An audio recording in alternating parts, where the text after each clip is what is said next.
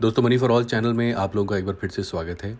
इस वीडियो में हम बात करने जा रहे हैं यूनाइटेड फॉस्फोरस लिमिटेड की, यानी कि यूपीएल लिमिटेड के बारे में। दोस्तों, यूपीएल जो पहले यूनाइटेड फॉस्फोरस लिमिटेड के नाम से ज़्यादा पॉपुलर थी, इंडियन मल्टीनेशनल कंपनी है जो कि एग्रोकेमिकल प्रोडक्ट बनाती है, इंडस्ट्रियल केमिकल प्रोडक्ट बनाती है। फाउंड हुई थी 1969 पे। जयदेव रजनीकांत श्रॉफ इसके सीईओ हैं, जो कि 1992 से अभी भी सीईओ हैं। काफ़ी लंबे अवधि से इस कंपनी के सीईओ हैं ये। इसकी और भी सब्सिडरीज़ हैं, जैसे यूपीएल, एडवेंटा इंडिया लिमिटेड, स्वाल कॉरपोरेशन लिमिटेड, और भी कुछ कंपनियां हैं। और ये बैंड्रा वेस्ट में, मुंबई में इनका हेडक्वार्टर है, आप बोल सकते हैं। इस वीडियो में बात करेंगे क्या इस केमिकल कंपनी में इन्वेस्ट करना फ़ायदे का सौदा साबित हो सकता है, क्योंकि ये जो केमिकल बना रही है ज़्यादातर एग्रीकल्चर में यूज़ हो रहा है, और एग्रीकल्चर ऐसी इंडस्ट्री है जो कि कभी थमने नहीं वाली। बट एक चीज़ ज़रूर हम देखते हैं कि तमाम निफ्टी 50 कंपनीज़, ये पहली बात तो भारत की टॉप 50 कंपनीज़ में से एक है। क्योंकि हम निफ्टी 50 का रिव्यू कर रहे हैं, तो अब इसकी बारी है यूपीएल की। इस कोरोना क्राइसिस में तमाम इंडस्ट्री जो स्ट्रगल कर रही हैं, एग्रीकल्चर स्ट्रगल नहीं किया। सबसे पहले डिमांड आई थी कि एग्रीकल्चर को खोला जाए, तो यूपीएल के प्रोडक्ट एग्रीकल्चर में यूज़ होते हैं, केमिकल यूज़ होते हैं, पेस्टिसाइड्स वगैरह सब बनते हैं इसके थ्रू। तो इनकी डिमांड में I don't think so there is any slow down. Marginal slow down ज़रूर हो सकता है, राइट। तो बात करेंगे कि क्या ऐसी कंपनी, निफ्टी 50 की तमाम कंपनियां एक लेवल पे आके रुकने की कोशिश रुकती हैं फिर। जैसे हमने देखा कि HDFC 1000-1200 पे रहता है, अच्छी कंपनी है, बट कहीं ना कहीं उसके ऊपर नहीं जा पा रहा। रिलायंस 1300-1400 पे है। ग्रोथ ज़रूर आती है, बट वो बहुत ज़्यादा टाइम लेती है, 4-5 साल लेती है। तो इन्वेस्टर हमेशा मौके तलाशता है ऐसी कंपनी में इन्वेस्ट करने का। तो क्या यूपीएल में घुसने का मौका आ गया है? क्योंकि आपको एक चीज़ ज़रूर बता दूं, कोरोना क्राइसिस से पहले ये कंपनी 600 रुपये के आसपास थी, अभी 360 पे है। तो हम बात करेंगे यूपीएल की, देखेंगे, सबसे बड़े सवाल का जवाब ढूंढेंगे कि क्या रिटेल इन्वेस्टर को इसमें इन्वेस्ट करना चाहिए कि नहीं। तो आइए दोस्तों, बात करते हैं यूपीएल के बारे में।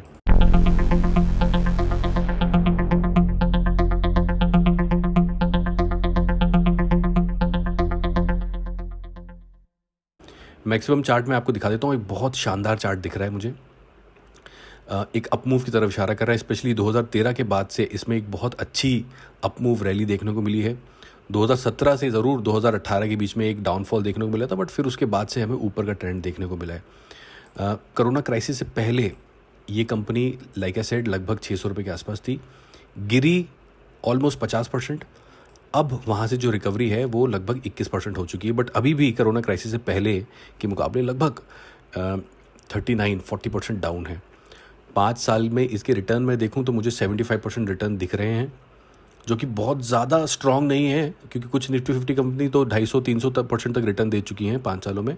बट यूपीएल ने नेगेटिव रिटर्न नहीं दिए, विच is a good part. 75% return दिए हैं।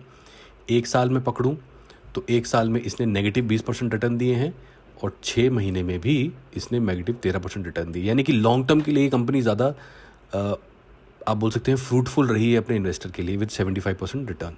यानी कि जिसने ₹1,00,000 लगाया 5 सालों में, उसका 1,75,000 बना। तो ये तो रहा रिटर्न की बात। अब अगर मैं आपको इसको NSE की साइड पे दिखाऊं तो 52 वीक्स हाई लगभग 700 रुपये, लाइक आई सेड। तो यहाँ से ऑलमोस्ट आप बोल सकते हैं डबल तो नहीं, बट अच्छी खासी लेवल पे थी। अभी 360 है तो 709 पे था पहले स्टॉक। ये 5 जुलाई की बात है पिछले साल। 240 52 वीक्स लो हैं, जो पिछले महीने मार्च 23 को लगे हैं, जब जैसे ही एकदम से लॉकडाउन अनाउंस हुआ था। उसके बाद आप देखिए, आज भी अगर देखें, टोटल कारोबार जो हुआ है लगभग 17 लाख क्वांटिटी हमें दिख रही है। अभी 1-1.5 घंटा और बचा है ट्रेड होने में, तो आई थिंक ये क्वांटिटी अराउंड से 25-30 लाख तक जाएगी। 30% हमें इसमें डिलीवरी देखने को मिल रही है।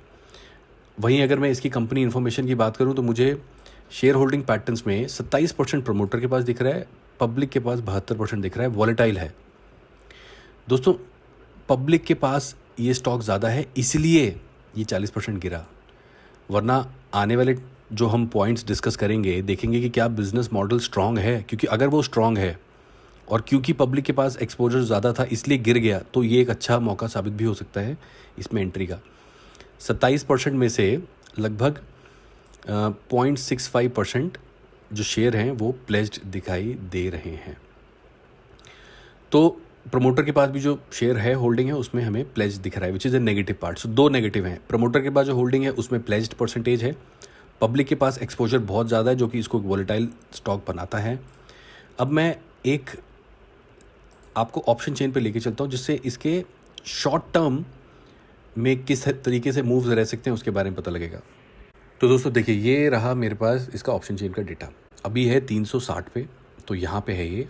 जिस हिसाब से राइटिंग हुई है आज, इसमें अनवाइंडिंग देखने को मिली है कॉल साइड पे, यानी कि 70,370 से हट गया, अनवाइंड हो गया, लगभग 50,380 से अनवाइंड हुआ है। सबसे ज़्यादा ओआई जो दिखाई दे रही है 400 भी दिख रही है, यानी कि 400 से ऊपर नहीं जाएगा ऐसा कॉल राइटर्स का मानना है। बट जो राइटिंग का वैल्यू है वो बहुत कम है, ऑप्शन चेन में कम लोग इन्वेस्ट कर रहे हैं यहाँ पे। शायद स्टॉक्स में भी हमने देखा वॉल्यूम ज़्यादा स्ट्रॉन्ग नहीं है। तो बट फिर भी अगर मैं वैल्यू पॉइंट ऑफ व्यू से कुछ कंक्लूजन ड्रॉ करूँ तो 400 मुझे यहाँ पे एक रेसिस्टेंस दिखाई दे रहा है। वहीं पुट साइड पे मुझे राइटिंग बढ़ती दिखी, 15,000 की राइटिंग हुई है 360 पे, यानी कि 360 से नहीं जाएगा नीचे, ऐसा विश्वास पुट राइटर्स का बढ़ रहा है। इसलिए आज इन लेवल पे राइटिंग होती हुई दिखाई दी है। 360 एक सपोर्ट है, इसके नीचे सबसे ज़्यादा ओआई जो दिख रहा है मुझे वो ज़्यादा नहीं दिख रहा। As a whole put side पे ज़्यादा राइटिंग होती हुई नहीं दिखी है, बट हल्का हल्का कॉन्फिडेंस 360 पे बढ़ा है आज। 360 एक सपोर्ट है, 400 एक रेसिस्टेंस है, ऐसा लगता है कॉल साइड और पुट साइड की राइटिंग देख के। मैं आपको इसके कुछ फाइनेंशियल नतीजे भी दिखाता हूँ। मार्केट कैप लगभग 27,000 करोड़ का है। दोस्तों निफ्टी 50 वो कंपनीज होती हैं जो भारत की सबसे टॉप मार्केट कैप वाली कंपनियां होती हैं, सबसे ज़्यादा जिनका वैल्यू होता है, और यूपीएल उनमें से एक है। पी रेशो इसका 54 है। दोस्तों आज से पहले आपने मेरी अगर कोई निफ्टी 50 की कंपनी की रिव्यू वीडियो देखी हो, पी रेशो हमें आईसीआईसीआई का ज़रूर 24 दिखा था, उसके बाद सारी कंपनियां हमें 15-20 के जोन पे दिखी। पहली कंपनी में देख रहा हूँ जिसका पी रेशो 54 है, यानी कि हर 1 रुपये की कमाई जो यूपीएल करता है, इन्वेस्टर 54 रुपये लगाने को तैयार है। इससे एक चीज़ और दिखती है कि इन्वेस्टर लाइन लगा के इसके स्टॉक में इन्वेस्ट करता है। 54 इसको ना केवल एक महंगा स्टॉक बनाता है कि अपने, आप बोल सकते हैं कि ये स्टॉक महंगा है, एक हाई पी रेशो से ये ज़रूर साबित हो जाता है, but at the same time ये भी पता लगता है जो चीज़ महंगी है उसका मतलब उसकी डिमांड भी उतनी ज़्यादा है। और ऐसा स्टॉक जिसकी पी 54 है, अगर वो 40% कम में मिल रहा है और वैसे भी ऐसे सेक्टर को रिप्रेजेंट कर रहा है जो कि एग्रीकल्चर को सपोर्ट करता है, हमें लगता नहीं कि ये घाटे का सौदा है, राइट। तो पी रेशो देख के मुझे अच्छा लगा, हालांकि स्टॉक महंगा है, पी रेशो ये भी दर्शाता है। वहीं आपको मैं इसके फाइनेंशियल नंबर दिखाऊं, 2019 में लगभग 8,600 करोड़ का कारोबार, 2017 में 7,200 करोड़ का कारोबार, 2018 में 7,200, 2017 में 6,900। तो हर साल सेल बढ़ी है। प्रॉफिट आफ्टर टैक्स घटे हैं। 2018 में जो प्रॉफिट 550 के आसपास थे वो केवल 400 रह गए। कहीं इसका लेना देना मार्जिन से तो नहीं, मार्जिन में आपको दिखाता हूँ। तो मार्जिन जो हैं वो 18 से 16 हुए हैं। जी हाँ दोस्तों, जो मार्जिन है कंपनी के वो कम हुए हैं, इसीलिए यहाँ पे हमें टॉप लाइन में भी कमी बॉटम लाइन में भी कमी आती दिखाई दी। ये देखिए 7.5 नेट मार्जिन अब 4.68 नेट मार्जिन में कन्वर्ट हो गए हैं। तो मार्जिन में कमी आई है जो कि कंसर्निंग एरिया है, बट फिर भी 2019 के मार्जिन 2017 के मुकाबले ऊपर हैं। दोस्तों इसके साथ मैं कुछ और आपको दिखाना चाहता हूँ। रिजर्व्स लगभग 7,800 करोड़ हैं जो कि मेंटेन कर रहा है। डेट हमें 2,700 करोड़ के आसपास दिखाई दिए, जो पिछले साल 2,000 करोड़ के आसपास थे। तो नंबर्स देख के मैं ये ज़रूर बोल सकता हूँ कि कंपनी का जो नेट सेल्स है उसमें बहुत एक्सपोनेंशियल ग्रोथ नहीं दिख रही, बट प्रॉफिट हमें 18 के मुकाबले 19 में घटते हुए दिखने को मिले हैं क्योंकि मार्जिन घटे हैं। लास्ट क्वार्टरली नंबर आपको दिखाता हूँ मैं। लास्ट क्वार्टरली नंबर हैं 2,500 करोड़, जो कि पिछले क्वार्टर में यानी सितंबर क्वार्टर में 2,700 करोड़ थे, 2,700 करोड़ थे, और पिछले साल दिसंबर में 2,200 करोड़ के आसपास थे। तो ईयर ऑन ईयर ग्रो किया है, सीक्वेंशियली डी ग्रो किया है। वहीं अगर मैं देखूँ नेट प्रॉफिट देखिए इसका 145, जो कि क्योंकि मार्जिन कम हो गया है, 145 जो कि पिछले क्वार्टर सितंबर क्वार्टर में 429 थे और पिछले साल केवल 10 करोड़ के आसपास थे। तो दोस्तों मुझे इनका बिजनेस थोड़ा सा अनसर्टन होता हुआ दिखाई दिया है 18 के मुकाबले 19, क्योंकि मार्जिन में बहुत ज़्यादा झटका लगा है, शायद वो कंपटीशन की वजह से है। तो फाइनेंशियल नंबर देख के मैं ज़्यादा एनकरेज्ड फील नहीं कर रहा हूँ, बट मैं नेगेटिव भी नहीं जा रहा, बिकॉज मुझे फिर भी company year on year grow करती हुई दिखाई दी है क्वार्टर के नंबर देख के और अगर मैं ईयरली नंबर देखूँ 17, 18, 19, मुझे प्रॉफिट इतने भी श्रिंक होते हुए दिखाई नहीं दिए। अब मैं आपको लेके चलता हूँ यूपीएल से रिलेटेड एक और टेक्निकल पैरामीटर पे, जो कि है उसका आरएसआई। आरएसआई देखिए दोस्तों, इसका है आरएसआई अभी मिड में झूल रहा है, 50% के आसपास है। इससे पहले ज़रूर गिर गया था काफ़ी, ये 30 के आसपास गिर गया था आरएसआई जब ये 300 के आसपास हुआ था स्टॉक। तो अब आरएसआई लगभग 50 पे है, बट पिछले 2 दिन से ये गिर रहा है स्टॉक। आज भी एक रेड बार बनता हुआ हमें दिखाई दे रहा है। इसकी जो 30 डेज़ मूविंग एवरेज है वो एक डिक्लाइनिंग ट्रेंड दिखाने के बाद हल्का हल्का रिकवर करती दिख रही है, बट 90 डेज़ मूविंग एवरेज जो है वो आप देख सकते हैं एक नीचे की तरफ का इशारा कर रही है। तो आरएसआई को रीड करने वाले इसको दोनों तरीके से रीड कर सकते हैं कि आरएसआई क्योंकि ज़्यादा ओवरसोल्ड नहीं हुआ तो और भी गिरने की गुंजाइश है, और ओवर बॉट नहीं हुआ तो रिकवरी की गुंजाइश भी है। आरएसआई जब एक्सट्रीम एंगल्स पे होता है तब एक ज़्यादा स्ट्रॉन्ग स्टेटमेंट देता है। अगर बहुत ज़्यादा ओवरसोल्ड होता है तो अब आप आरएसआई को बहुत अच्छी तरह पढ़ सकते हो कि यार आरएसआई बहुत गिर गया है, अब स्टॉक यहाँ से रिकवर कर सकता है, या फिर ओवर बॉट है तो यहाँ से अब स्टॉक नीचे जा सकता है। बट जब बीच में झूलता है आरएसआई तो उससे आप ज़्यादा सिग्नल ड्रॉ नहीं कर पाते। और वहीं जो मूविंग एवरेजेस हैं वो तो इस टाइम आपको ज़्यादा आपका माइंड मेकअप नहीं कर पाएंगे, बिकॉज हमने देखा कि पिछले 90 दिन में कैसे पिछला 1 महीना तो बिल्कुल ही ख़राब रहा कंपनी के लिए, और बॉटम से सारे स्टॉक नीचे आए, तो ये मूविंग एवरेजेस सब नीचे की तरफ ही दिखेंगी इस टाइम पे। तो इनसे भी हम ज़्यादा आप बोल सकते हैं कंक्लूजन ड्रॉ नहीं कर सकते। मैं ये ज़रूर देखता हूँ कि यूपीएल क्या कोई ख़राब न्यूज़ तो नहीं है यूपीएल में, उसकी तरफ मैं आपको लेके चलता हूँ। यूपीएल का इस टाइम जो प्राइस है वो है 360। खबरें बोल रही हैं कि 500 का टारगेट होगा यूपीएल का।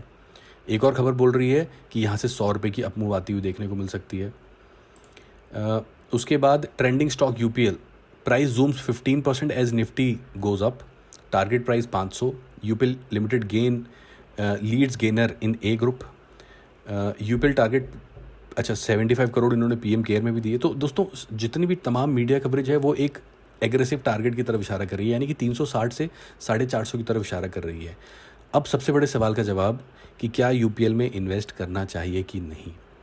दोस्तों ये कंपनी है केमिकल प्रोड्यूस करती है जो कि एग्रीकल्चर में यूज़ होता है। इनके बिज़नेस में हॉल्ट वैसा नहीं आएगा क्योंकि इनको गवर्नमेंट परमिशन सबसे पहले मिलेंगी। इनके बिज़नेस में वैसा हॉल्ट नहीं देखने को मिलेगा जो बाकी बिज़नेस प्रोफाइल्स में या पोर्टफोलियो में हमें देखने को मिल रहा है। एग्रीकल्चर एक ऐसी कमोडिटी है जिसको सरकार किसी ना किसी तरह कंटिन्यू रखेगी, बिकॉज वो पहली नीड है किसी की भी। That is point number 1। Point number 2, इन्होंने हर साल अपने सेल्स के नंबर ग्रो किए हैं। मैं दोबारा से आपको सेल्स के नंबर पे लेके चलता हूँ, अगर हम वहाँ पे थोड़ा जल्दी कर गए उन नंबरों को दिखाने पे। ये देखिए 7200 से 8600 करोड़ सेल्स के नंबर ग्रो किए हैं। क्वार्टरली ज़रूर इनका बिजनेस थोड़ा ऊपर नीचे होता है, बिकॉज खेती की जो हम बोल सकते हैं जो साइकिल होती है वो होता है कि फसल कटने का टाइम कब है, केमिकल छिड़कने का टाइम कब है, तो वो एक कंसिस्टेंट पैटर्न नहीं होता। तो इनकी डिमांड भी हर क्वार्टर ऊपर नीचे हो सकती है, if I am reading it right. But मैं ये भी देखता हूँ कि जो इनके मार्जिन है वो साल दर साल कम हुए हैं। अब आपको मैं अगर चार्ट पे लेके चलूँ 5 साल का चार्ट दिखाऊँ और आपको दिखाऊँ कि कोरोना क्राइसिस से पहले ये 600 की थी। जो भी है स्लो पेस है ग्रोथ की यूपीएल में, मार्जिन 18 के मुकाबले 19 कम हुए हैं, but at the same time ये 600 की कंपनी इस टाइम 360 की है। बिजनेस कोरोना के बाद वैसा कोलैप्स नहीं हो रहा जैसा होगा, जैसा बाकी कंपनियों के साथ शायद फेस होता हुआ दिख रहा है उनको कि स्टैंड स्टिल पे चला गया बिजनेस। आप देखिए ऑटोमोबाइल्स वगैरह में कोई ख़रीद नहीं रहा है गाड़ियाँ, बट इनका केमिकल का कंजम्पशन अभी भी खेतों में होता रहेगा। तो मुझे इस कंपनी का इतना गिर जाना डाइजेस्ट नहीं हो रहा, और पी रेशो भी मुझे बताती है कि ये बहुत अच्छी डिमांड में है। तो दोस्तों मैं आपको इस वीडियो के थ्रू बोलूँगा कि यूपीएल इन प्राइस पे काफ़ी अट्रैक्टिव लग रही है, और अगले 3 सालों के लिए 600 के टारगेट के लिए इसमें जाया जा सकता है। अब वो टारगेट जल्दी आ जाए, कम या लेट आए, हो सकता है 3 नहीं 1 साल के अंदर ही 600 का टारगेट आ जाए। 500 550 के टारगेट तो अभी हमने देखा मीडिया कवरेज में है। तो बेसिस आप कितना वेट कर सकते हैं और आप अपनी रिटर्न किस बेसिस पे कैलकुलेट कर रहे हैं कि इतने दिनों में मुझे इतनी रिटर्न मिले। बट यूपीएल इन प्राइसेस में अच्छा सौदा है, और ये बॉटम यानी कि 300 की बॉटम लगाने के बाद 60 रुपये रिकवर कर चुका है, बट अभी भी ज़्यादा रिकवर नहीं किया है। तो UPL from my video conclusion seeing at all the data, I would say is a value for money at this prices, और इसमें इन्वेस्ट करना चाहिए फॉर द टारगेट ऑफ 600। तो इसमें मौका नहीं गंवाना चाहिए। एक small portion of portfolio UPL में एक्सपोजर होना चाहिए till the time UPL 600 hit नहीं कर लेता। हालांकि यूपीएल के जो टॉप हैं वो लगभग 600 ही हैं, बट यहाँ तक जाना यानी कि आप 600 नहीं करें तो आप 550 या 500 तक का भी टारगेट ले सकते हैं, डिपेंड्स अपॉन आप कितना कंफर्टेबल फील कर रहे हैं। बट मैं ज़रूर बोलूँगा कि यूपीएल में आपका एक्सपोजर ज़रूर होना चाहिए पोर्टफोलियो में। तो दोस्तों ये मेरी राय है यूपीएल के बारे में। इसी के साथ I will wind up the video. Thank you so much for watching.